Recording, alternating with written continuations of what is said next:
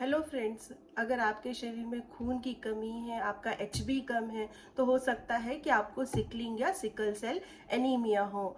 इसके केस हमारे भारत में ज़्यादातर छत्तीसगढ़, मध्य प्रदेश, झारखंड, उड़ीसा और नॉर्थ भारत में देखने को मिलते हैं। ऐसा वेरिएशन इसलिए है दोस्तों, क्योंकि ये एक आनुवांशिक बीमारी है और एक जनरेशन से दूसरी जनरेशन में ट्रांसफर होती है। अगर आपको सिकलिंग है तो निश्चित ही ये आप में आपके माता पिता के द्वारा ही आया हुआ है।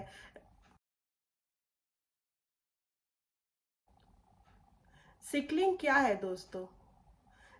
हमारे शरीर में रेड ब्लड सेल्स होते हैं जो कि फ्लेक्सिबल होते हैं, उनका आकार बदल सकता है।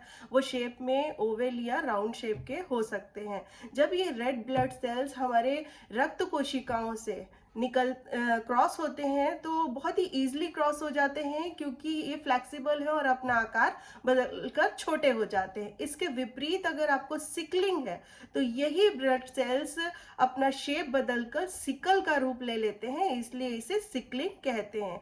ये सेल्स बहुत ही चिपचिपे होते हैं और सख्त होते हैं, इनके आकार में बदलाव नहीं हो सकता है। तो ऐसे सेल्स जब हमारी रक्त कोशिकाओं से निकलते हैं तो उनको ब्लॉक कर देते हैं, आगे रक्त का प्रवाह नहीं हो पाता है, जिसकी वजह से ये हमारे शरीर में खून की कमी हो जाती है, बहुत ज्यादा पेन होता है। इसे हम कहते हैं सिकल सेल क्राइसिस।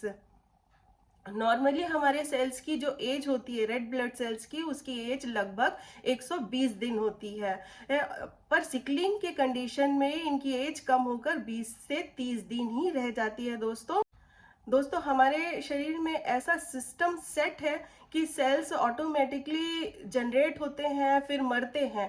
पर सिकल सेल में क्या होता है कि सेल्स मरते जल्दी हैं और जनरेट देर से होते हैं, जिससे कि हमारे शरीर में खून की कमी हो जाती है।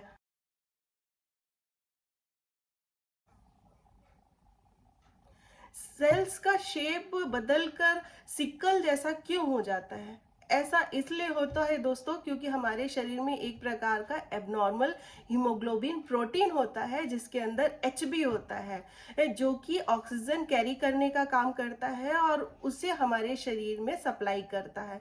एक अनुवांशिक गड़बड़ी की वजह से ये हीमोग्लोबिन प्रोटीन एक एबनॉर्मल बिहेव करने लगता है और हमारे सेल्स का शेप बदलकर सिकल का हो जाता है। इसे ही हम सिकलिंग या सिकल सेल एनीमिया कहते हैं।